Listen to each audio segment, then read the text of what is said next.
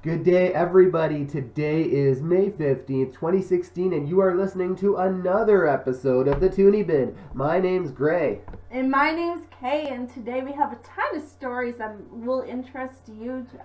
Today, we are going to talk about a little bit about Fort McMurray. We're going to update you on that situation. We're going to talk about how Canadians have responded, and we've responded in a very big way. We're also going to talk a little bit about how they don't need to respond anymore. There's a lot of things that they've gotten that they don't necessarily need, so we're going to talk about that. We're going to also go into the North Carolina transgender washroom situation and how it has negatively affected the state, how come it's happened, and what's happening now in terms of the national response. We're also going to talk a little bit about how Germany is handling. Good day, everybody. Today is May 15th, 2016, and you are listening to another episode of the Twoonie Bin. My name's Gray. And my name's Kay, and today we have a ton of stories that will interest you.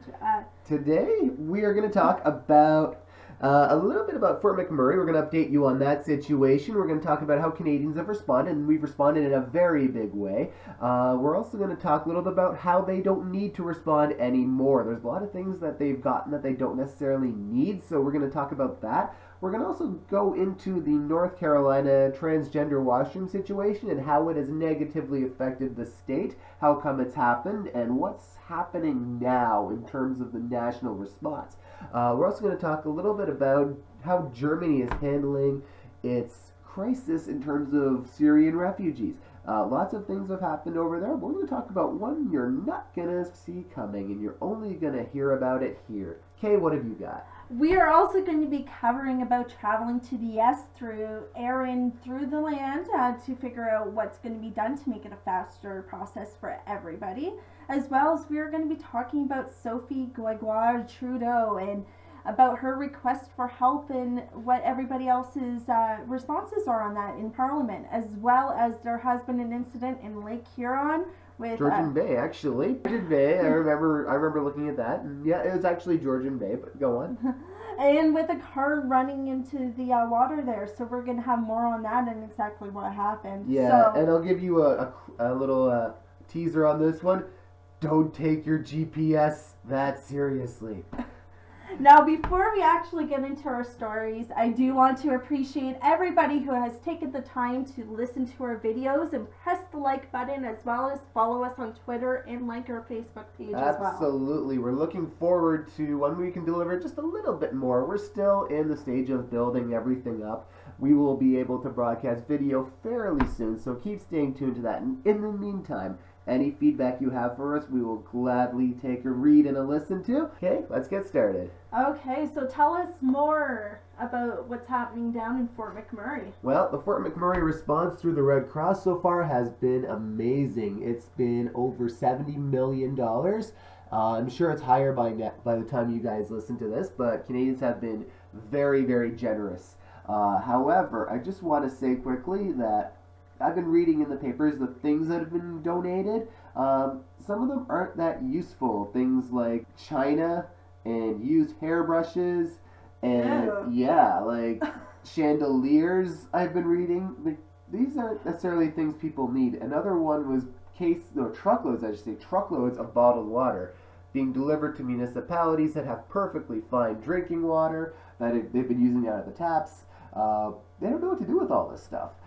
And there have been many aid agencies that are saying, we can't do anything with this. We can't do anything with all of this. There's no practical use for it.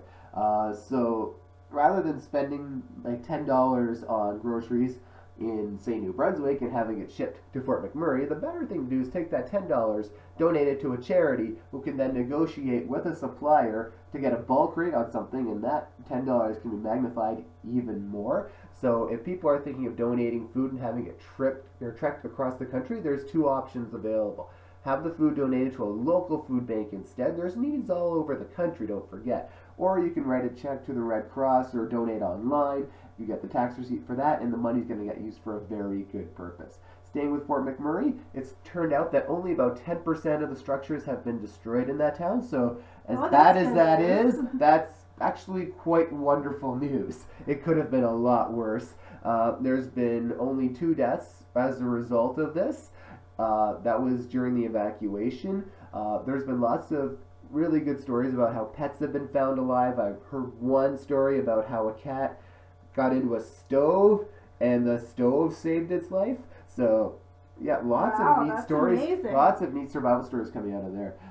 So yeah, just want to say I'm very, very happy to see that the town has survived as much as it has. Now it's just a matter of getting it all back on track so they can continue to focus on economic production for Canada, getting more oil out of the ground. Now the price is going up again. It's only going to be good news. Now, with that as well, I do want to mention I have read a story that has been circling Facebook there where there was this man, he had his truck all piled up and everything, he was ready to go, and this woman came over with her 2 children and asked him, do you have room for 2?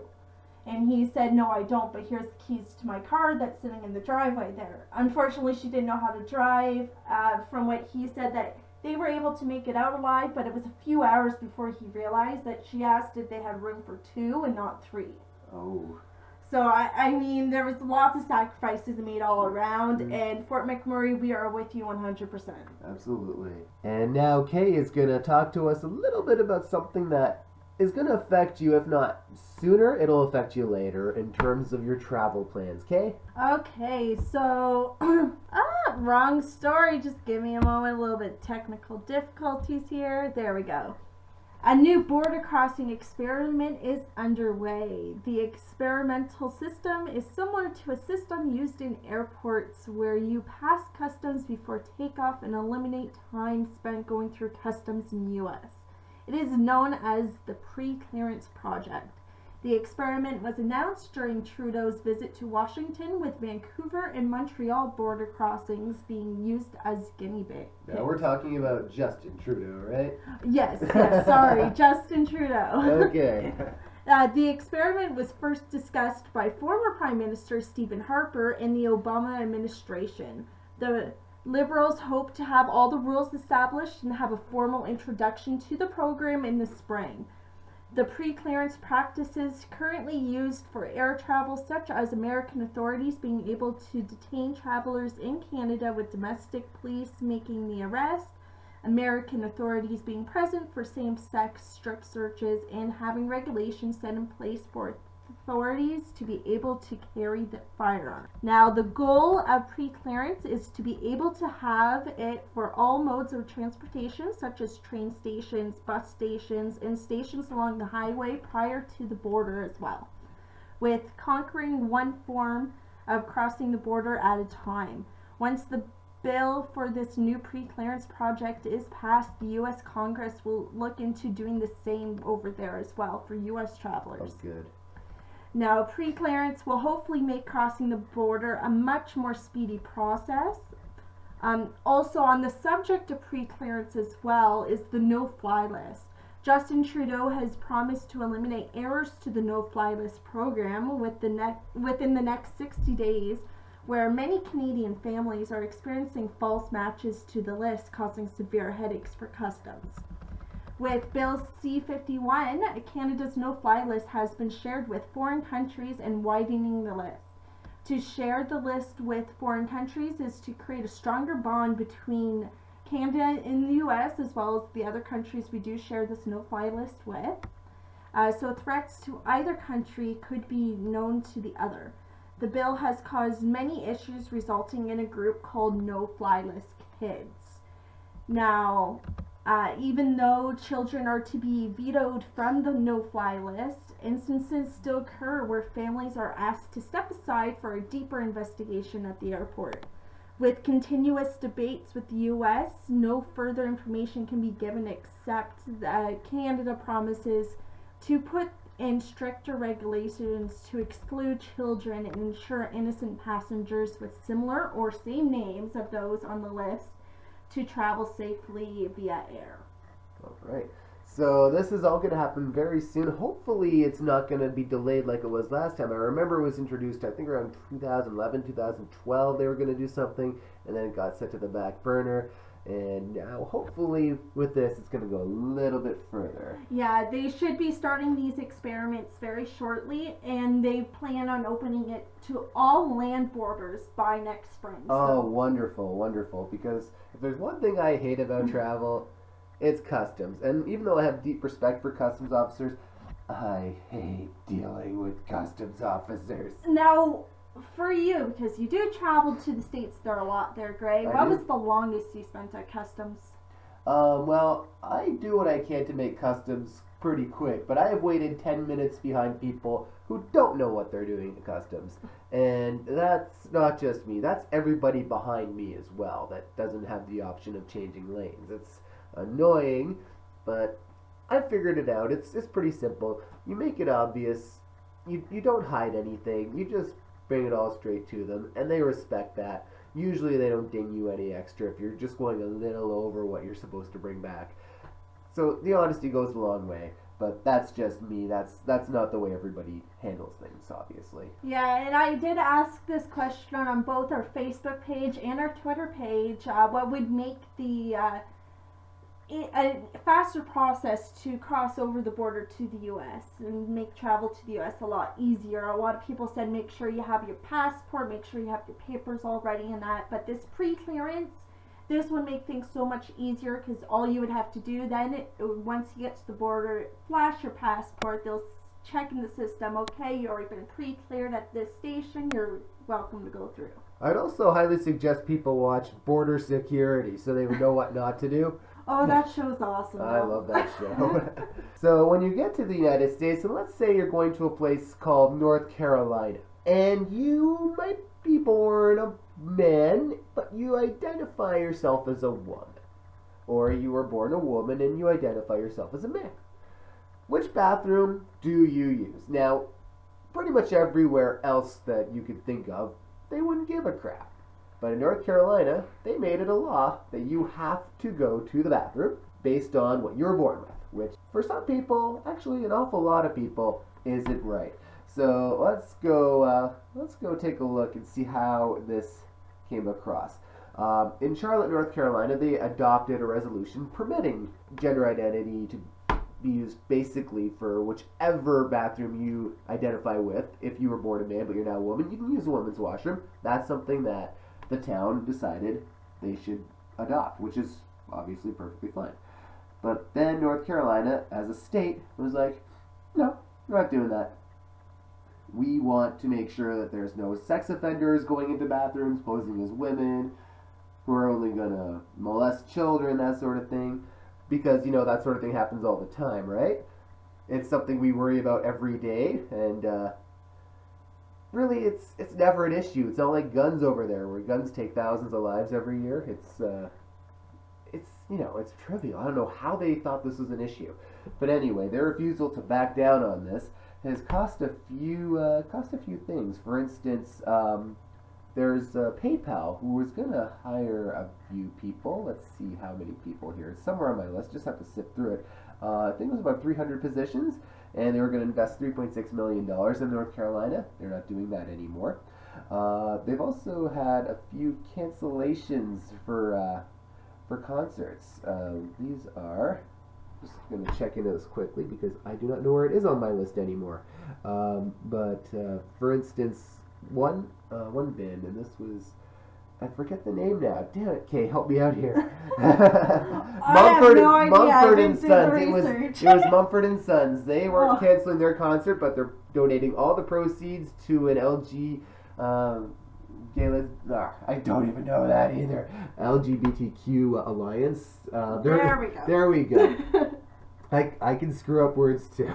But yes, they're donating all of their proceeds from their concert in North Carolina to that movement to help lobby. But hold on a quick sec here. My apologies. We will edit this out. But yes, Bruce Springsteen has canceled a concert. Pearl Jam's concert is canceled. Boston, Ringo Starr, Nick Jonas, Demi Lovato. They've all canceled their concerts there. They don't have anything to do with it. So North Carolina is hurting as a state. How are they enforcing this? Do you know? Amazingly, enforcement isn't part of the law. Oh, so you mean if I was born a man, I identify as a woman. I look like a woman. You use the women's bathroom, and because how are they going to enforce this? Period. Like, there's no one checking, but also there's no provision in the law for enforcement. I know that, I think they know they can't enforce it, and so really, you only come across the problem then if you were born a woman and you're a transgender male, yep. but you haven't had any reconstructive surgery. So if you sit in that stall a little too long, then it's a little sketchy. But if there's no enforcing, I mean, if you look the part, then go into the bathroom. Yeah, and it gets deeper because the United States Justice Department and the Department of Education sent guidelines to make sure that transgender students enjoy a supportive and non-discriminatory school environment. If they don't give that, they lose their federal funding. Oh, wow. Yeah, so it goes on with this. I don't know where this is going to end, but the letter does say it right there. It is very clear. You fall in line or you are not getting your money. Plain and simple. And now we have states such as Texas joining North Carolina and saying, no, this isn't fair. You can't discriminate against us for discriminating against them. It's a mess. And it shouldn't be a mess. Just it's don't simple. Discriminate, period. I know. Open your heart. Be welcoming of all others. That's the way I see it too. I mean, why is this a big issue? But, this gets me too. Like I said earlier, no one cares that over 10,000 people a year die in gun violence in the States. No one cares. But, oh my goodness, you were born a male and now you see yourself as a female? And God you're using forbid. the female bathroom? Oh my God. Oh my goodness. Oh mon Dieu. Think of the children. And this is why we're here up in Canada. I love it here. So now talking back about Canada here, Sophie Gregoire Trudeau has found the workload of being the Prime Minister's spouse to be overwhelming and has requested more staff to be able to assist her with raising 3 children and being the Prime Minister's spouse. She has found herself in a difficult situation of deciding who and who not to help regarding requests she receives to assist many charities and projects. As of now, Sophie is using her dining room table as an office and as assistant. I do that too. What do you know? I'm sure we've all been there. But she also only has one assistant. This has sparked a debate among other parties on the role of being the Prime Minister's spouse. So to get back to her children, just so you have an idea of exactly the ages of her 3 children. They have Xavier, who is 8 years old, Ella Grace, who is 7 years old, and Hadrian, who is 2 years old. Can I just quickly say that I'm not surprised that Justin Trudeau would name his kids those names? Those are totally Justin Trudeau's kids' names. Those are totally his kids' names. Really are. Now, a lot of this controversy is also due to the fact that Stephen Harper's wife, Lorraine Harper, who was also named Lorraine Teske before he was elected Prime Minister, and then she changed her name. She was also married to a New Zealander before marrying Stephen Harper, so she's a divorcee as well. Okay. Not saying there's anything wrong with divorcees, it's just an interesting fact. But she only had That's one. going to blow up in the comments, you know that. Of course. Yes, you didn't say that for no reason. So much like I'm not saying that she changed her name to Harper because the Conservative Party was concerned about image, but go on. So Lorraine Harper only had one assistant during the time that Stephen Harper was Prime Minister, which was from February 6, 2006 until November 4th, 2015. What a wonderful day. The Harpers have 2 children. Benjamin Harper, who was 10 in 2006, is now 20. And then Rachel Harper, who was 7 in 2006 and is now 17. So, I mean, when Stephen Harper was Prime Minister, Lorraine had older children. Okay. I mean, Sophie, she does have a 2-year-old. Mm-hmm. I know life with a 2-year-old, it can get quite hectic no matter if you're working or not. That's right. So, Conservative MP Candice Bergen stated, "It really is the hypocrisy of Mr. Trudeau at this point, always wanting more to do self-promotion, to do vanity trips, to do things that he likes to do." I think that's where the challenge is and where a lot of Canadians would question more. I'm not questioning more because Stephen Harper did that all the time. Now, all the time. I will quote that later on. We'll do a follow-up investigation, so hold me to that. So NDP MP Nikki Ashton stated, "The kind of statements we heard from the Prime Minister's wife, speak to the disconnect with the reality that Canadian women face." So if we're going to talk about women feeling overwhelmed, let's talk about everyday Canadian women feeling overwhelmed. That's a good point. That is an excellent point. Yeah, need to justify it more than say I'm tired. And with that point there, it only relates that, yes, just because you're Prime Minister doesn't mean that you're not still human. That's right. So now the government House Leader Dominic LeBlanc stated, "It's no secret that Mrs. Gregoire Trudeau is asked to attend an enormous number of events. She's participated in a whole series of very worthy causes, so we find that a perfectly appropriate conversation to have. Does she have adequate support to undertake these official functions?" The official statement made from the Prime Minister's office stated, "As has been the tradition of Canada and has been the case of spouses of former Prime Ministers, Gregoire Trudeau receives help from the Prime Minister's office to staff to fulfill duties and responsibilities that come with the role. She receives an extraordinarily high volume of correspondence and invitations." We should invite her to be on our show. We really should. So the question that arises from all of this is, should we really be criticizing Sophie for admitting that she needs more help with the workload that she is now given?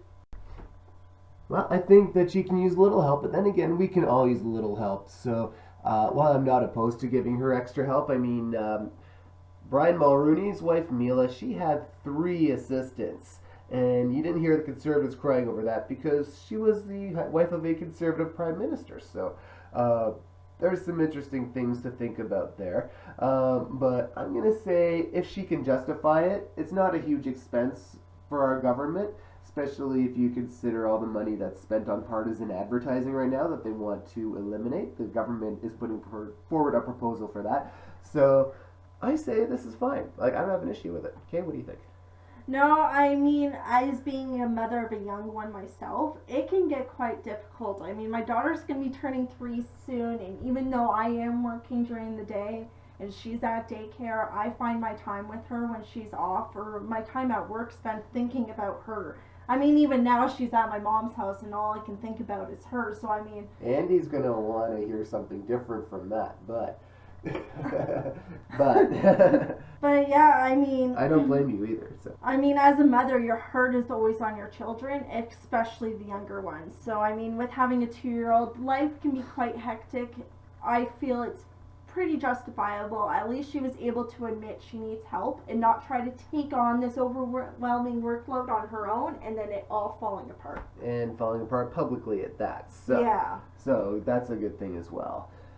So what's our next story there, Gray? You said something about Germany and the Syrian refugees? That's right. So there's lots of refugees from Syria as well as from Iraq. A lot of people are avoiding ISIS. And they've been migrating en masse by land, by sea. And they've had some problems with that. But one of the more interesting ones is that they are a country known for matter-of-fact acceptance of things like public nudity and creative lovemaking. So they're reaching out to the Muslim population that has just arrived to teach them about the joys of sex. You're kidding me, right? Not kidding you. According to a story in the Washington Post, many Syrians, Iraqis, and other refugees are unaware of the pitfalls of European sexual behavior. Germany's Federal Center for Health Education has gone live with a sexual education website for these adult migrants. It cost $136,000 and uses highly graphic diagrams and images Whoa. and outlines everything from first-time sex to how to perform far more advanced sexual acts. This is What? Yep. It's a guide to sex. It's like the It Kama is. Sutra? I went through it, and it's not a Kama Sutra, That's it. but it's almost a Kama Sutra. It uses, and this is amazing. I looked at it like, wow, this is fantastic. It's great for everybody though. Like for people who have no idea about sex, this is a wonderful guide. But it started after a rash of sexual assaults allegedly committed by suspects seeking asylum on New Year's Eve. So the German government's on a mission to re-educate migrants, especially guys, about sexual norms in the West. For instance, in Munich, public pools have cartoons published around the perimeter warning migrants not to grope women in bikinis, among other things. Also, in Bavaria, public money is partially funding classes on sexual education, including lessons for males on how to approach German women. It's not all fun and games, though. It does warn about STDs. It also emphasizes the needs to be accepting of gays and lesbians. Yes, once again, it's actually really, really interesting how much they've put on here. It says there's suggestions to vary your movements in speed, rhythm, and intensity. And there's a tip on, and no pun intended there, but a tip that it can be enjoyed while lying, sitting, standing, or squatting. Wow. For example, these are quotes. These are quotes from the site. The man can be on top of the woman can be on top of the man, or the man behind the woman. And it also shows how to go down if you're both a man and a woman. I feel like I'm too child for this story. And there's been only one person who tweeted that this is like, okay, what are we doing with our money here? Only one person based on this thing. So yeah, it's quite interesting that they've had to deal with it in this way, but that's what's happening in that part of the world. So that is some. I'm glad they're teaching them about how sex is in that country, because I'm very sure that it is extremely different than what it is in Syria. And for the record, I did not brief Kay on this No. before I read it. She knew I was going to talk a little bit about it, but this is blowing her mind right now. I feel like I am too child for this. I feel like my virgin ears have burned. Yeah. And there's people who are saying that refugees have bigger problems, and like most of them are staying in emergency shelters. They don't have access to private spaces to begin with. But they're also saying on the site it's okay to like porn. So even if you do find privacy by yourself, it's okay to pick up a magazine or surf something on your phone and pull it up and use that. So this is what's happening in Germany to help people integrate into German society, which I find, just like Kay finds, mind-blowing.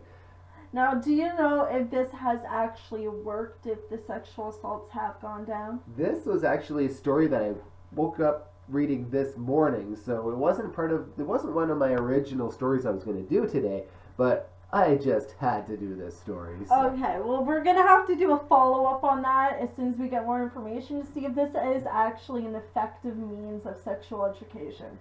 I hope it is, because it looks like a pretty effective means of sexual education. It really, really does. Is all it is. Kate, you have another story to do as well, and this is an example of people using technology a little too much. Now, don't say that quite yet. I did take up a map and everything. I did do my research. Okay, go on. So on Thursday, May 12th, a 23-year-old woman from Kitchener, Ontario found herself taking an unexpected late-night swim in Lake Huron. She found herself driving down the dark streets in Tobermory, Ontario, where a thick fog surrounded her. That would be a thick fog, for sure. Because it's all surrounded by water there. Yeah, and if you are driving and there's a thick fog and there's water all around you, what could happen? So because of this thick fog, she was relying on her GPS due to the low visibility. She took a turn that led her straight into Little Tub Harbor and drove the car 30 meters from shore. That's a long way to drive into water It without is. thinking about it. Well, mind you, that's just where they found the car, so she could have went in. They could have rolled a little more, you're right. Yeah. Because it was down a boat dock, so I mean, there was an angle, who knows. Yeah.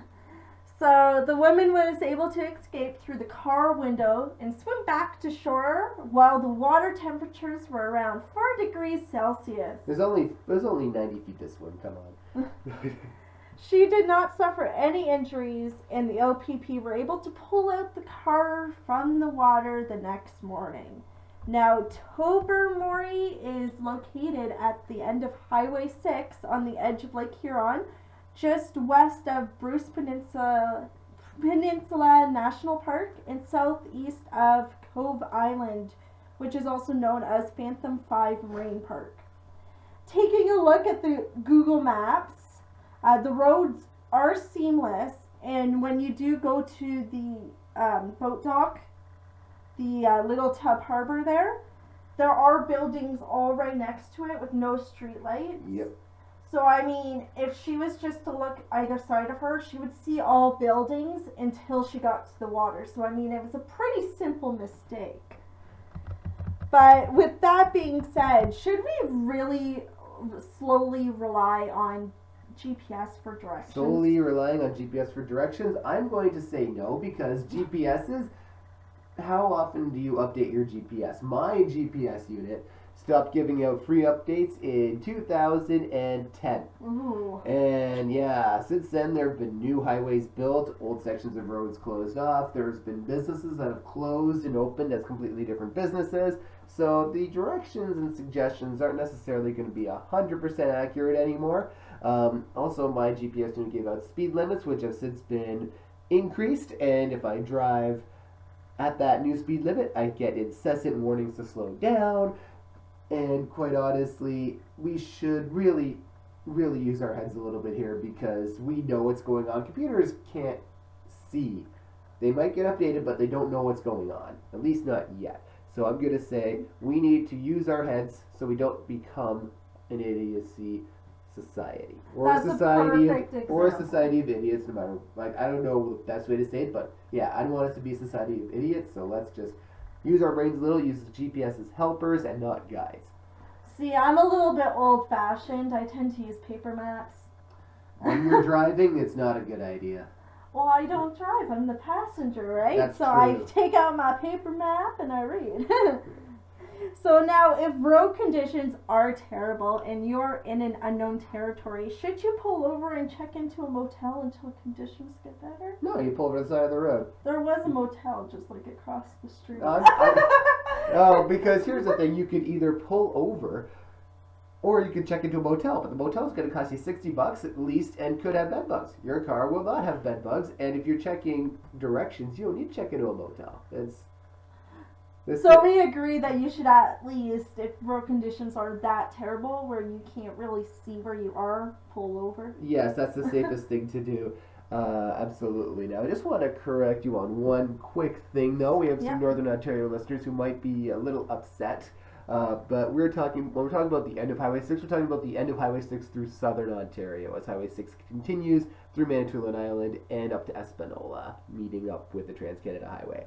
So that's what we're referring to. We aren't forgetting about you guys up in Northern Ontario. We love you. So. No, I do apologize. I was talking because Tobermory is known for their ferries to get across the body of water there. So absolutely. The section where it ends in Tobermory and then begins elsewhere. That's right. So, anything else you would like to add there, Greg? I think we are good for this week, but I would like to add, even though we don't have any more stories, we will always take suggestions and comments and read them all. So don't be afraid to comment. Don't be afraid to message us. Don't be afraid to subscribe either and get every week a new edition of the Twoonie Bin without having to look for it. It'll just show up in your subscriptions.